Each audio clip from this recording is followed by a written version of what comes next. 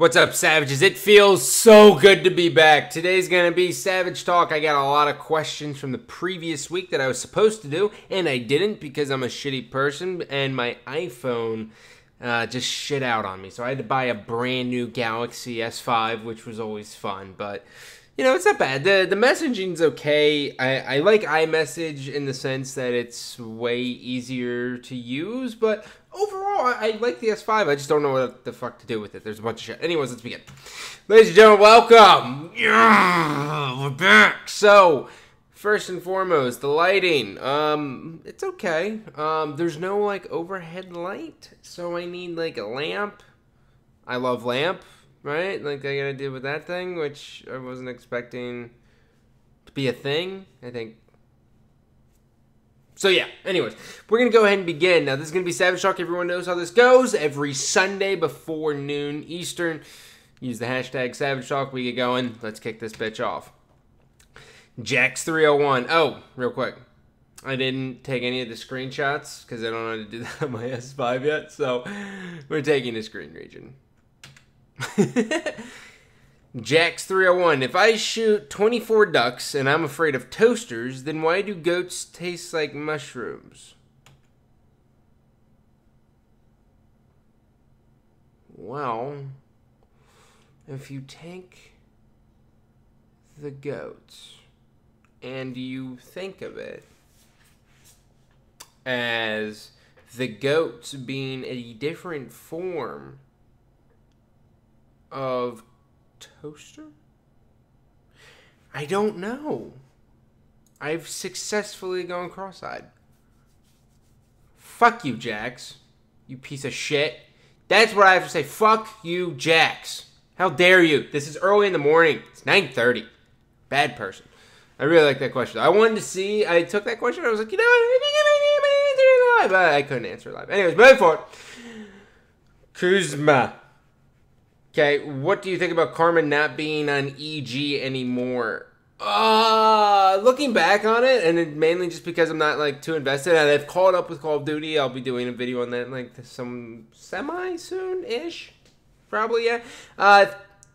Karma not being on EG is, like, a humongous shocker just because it's, like, you know, teams had to deal with both Karma and Crim on the same team, and killing both of them is a pain in the ass, right? Especially when they're on one team. You have both of them on one team, it's like, holy shit.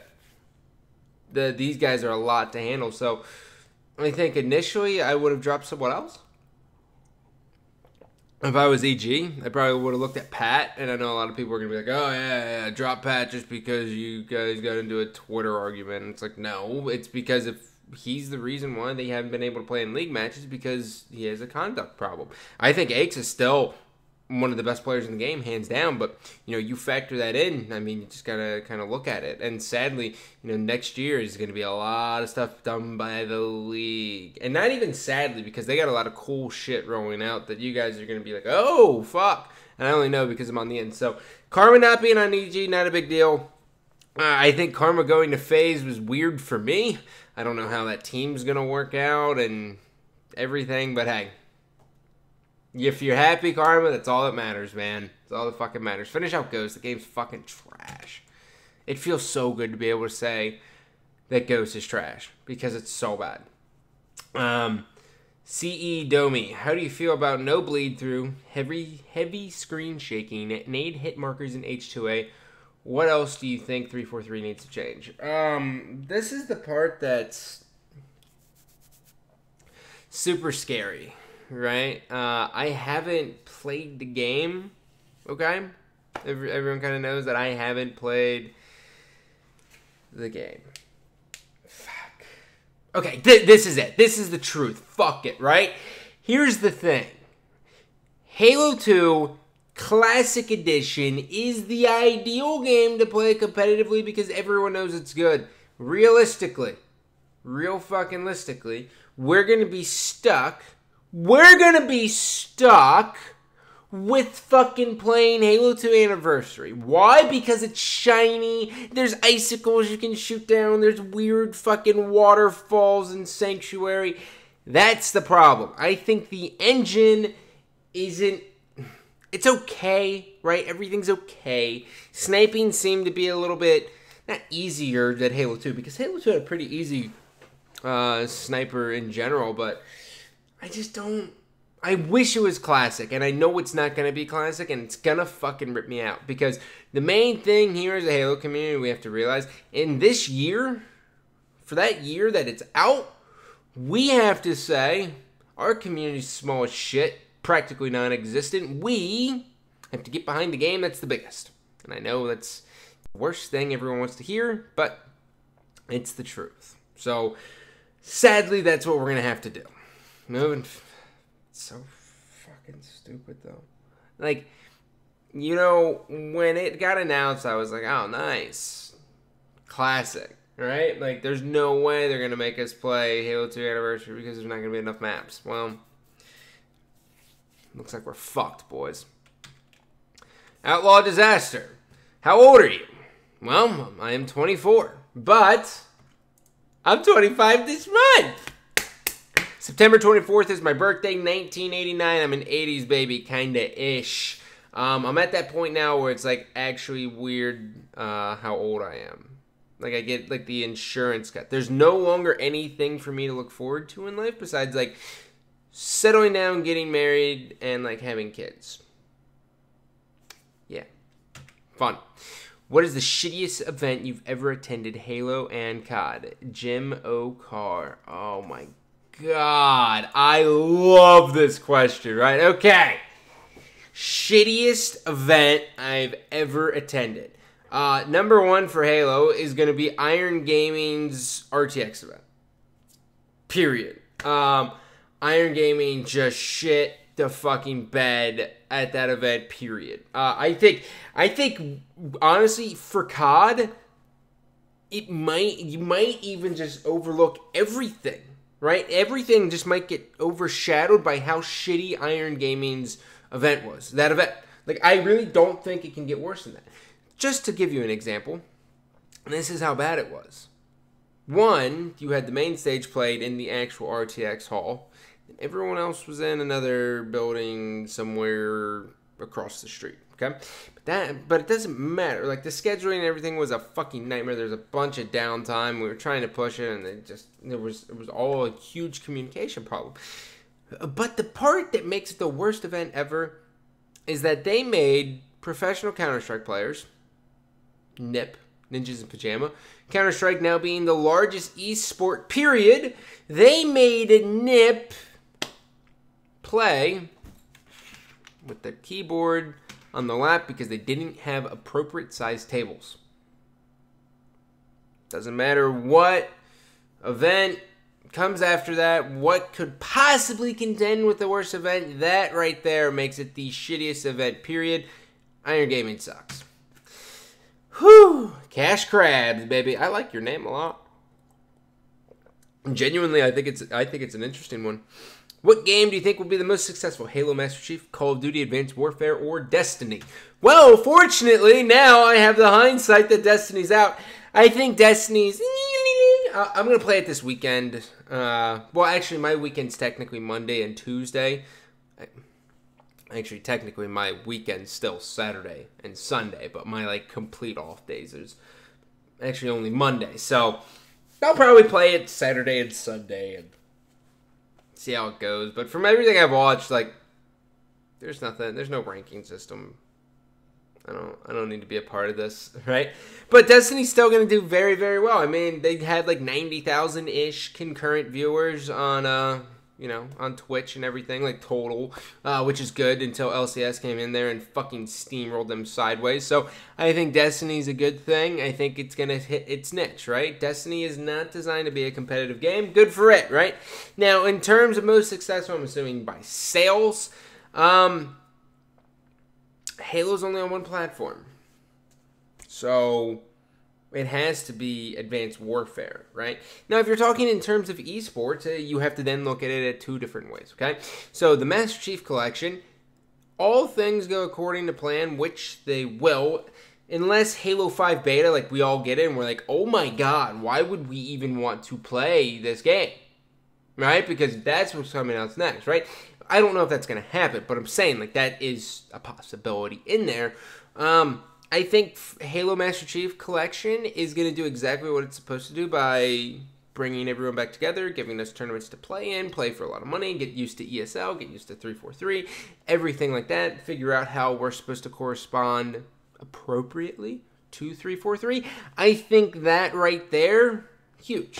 So I think Halo Master Chief Collection is going to be successful in that. Call of Duty Advanced Warfare is going to be successful because MLG and UMG have a bunch of shit planned for everyone. And on top of that, there's always going to be a COD champ. So, technically, out of the three, Call of Duty Advanced Warfare is probably going to be the best bang for your buck. Plus, with the way the sniper has been looking on all the YouTube videos, the YouTube community is going to shine. Everyone's going to do better.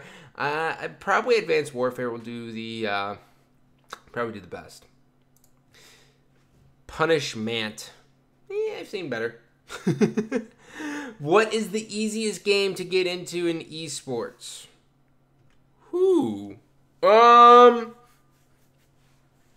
Easiest game to get into in esports? Definitely not Halo. Halo's out of the equation. It would have to be a PC game. I would say the esports side of things for video games would probably go Dota. Well, no, because Dota's not easy. I would look at it. It would basically be one of three games: League of Legends, Counter-Strike, and Smite. Basically, any game that's main game mode is that which is played in the competitive scene is what you're looking for. Probably League of Legends is the easiest one to get people actually segued into the competitive side of things, just because it's like, oh, by the way, this is exactly what we play on our professional scene. Figure out what they do. I think League of Legends probably does it the best. So I'm going to go ahead and go with League if you want to get into it. But the problem with that is League's community is fucking toxicity. Right? No system of a down, but fucking toxicity. Moving forward. Wrist Watkins.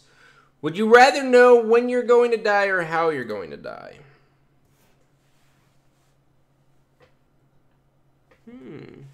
This is mildly intriguing, my friend. I think knowing, well, if you know how, you would try to prevent it, right? Which I think that's what a lot of people hold on to. They're going to be like, oh, well, if I know this guy's going to walk through my door at this time, I'm going to prepare for it. But what they don't realize is that by not preparing for it, they probably would have avoided it. So if you know how you're going to die, it's most likely means that life is taking in, right? Life is taking into factor that you actually know how you're going to die. So, assuming you don't react to it, assuming you don't, like, prepare to live, and you do the normal thing, then the situation itself will change, right? Because, so it's like this, right? Let's say I know that right now, I know that on Monday, a guy with a gun's going to come through this fucking window and he's going to kill me, right? So I'm going to, like, fucking barricade the house, or I'll come back, or regardless, he'll probably be here, and then I get shot anyways. You have to change it, right? So they're accounting, life is accounting for you being here on this day or trying to change it, right? I think. I don't know. Things got a little bit crazy. Anyways, so if you come here, if you're just here all day, and this guy comes through window, you're expecting it, right? But you haven't changed anything. You didn't, like, try to hide. You didn't, like, fucking try to barricade the window. You just let him come in, and BAM! Right to the fucking face. Eat shit. Suck my balls. Then you defeat death. I think. But I think, for me, like, I just wanted to see if I could, like, work something out there, but I would have to say I would rather know when I'm going to die. Just because I think that's a little bit better for me. I think knowing when you're going to die is a good thing, because then you can know, like, okay, fuck it. I'm definitely not going to work this week. That's Nuts 8. Eminem old school picture. Holy shit. Wow. I'm not even mad. That's just borderline fucking impressive. How long will the gaming scene last? Mickle, let me tell you, buddy. Let me tell you. There's two things, right now that everyone needs to realize. One, entertainment is for everything. No one doesn't like entertainment anymore.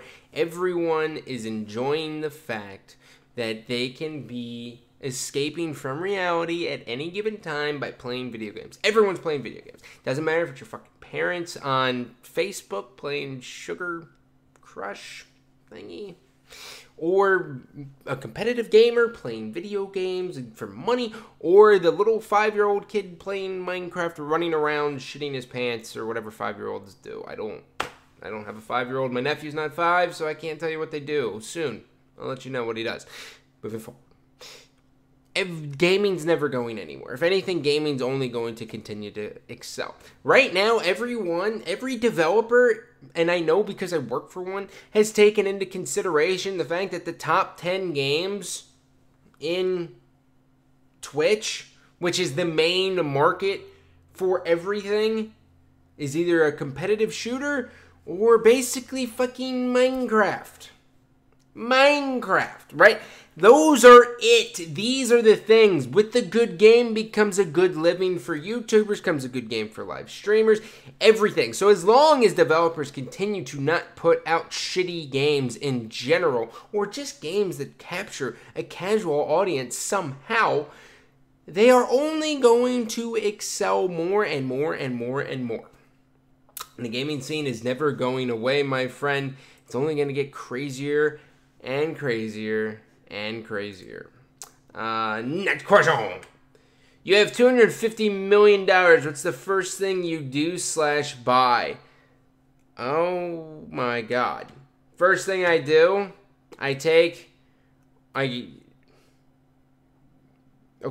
First thing I do is I take this piece of shit and I throw it out a window because I can. And they're replaceable. Right now, I love it. But, like, I just have this vision, right? Of I'm like, yeah, $250 million. I, like, send my parents money. I send my brother money. I'm like, yeah, fuck your college loans, man. I got you. Screw med school. Fuck the man. Moving forward. And I buy my friend out of, like, his Air Force contract. I, like, send Reagan money. I'm just like, here you go, babe. Just go fucking take care of yourself. And then, like, I'm like, you know, I just want to play, like, Master Chief Collection. I call up Bravo. I'm like, Bravo, oh, by the way, here's $500,000. Go ahead and give me the fucking game now. So they send me the game, and I, like, try to join a party, and I can't, and I throw the bitch out the window. That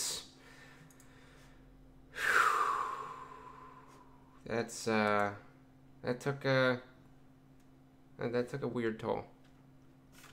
Yeah. Eric Jab, 1914. That was a good year. I have no idea what happened in it. Well, I guess you're getting prepped for World War I. If you had to be trapped in a TV show for a month, which show would you choose? Okay. You know how everyone has, like, that parent and their friends who are like, oh, you should really be on this TV show. I think you'd be great. And, like, it's always, like, that girl at the choir or, like, at church on Sundays when you're a kid. And they're like, American Idol, babe. I don't even know if actually American Idol's still around, but, you know, they have those people who are like, oh yeah, this is definitely what you gotta do. I get all the time that I should try out for Big Brother, and I think I'm going to. I think I'm gonna audition for Big Brother, because I think with as manipulative.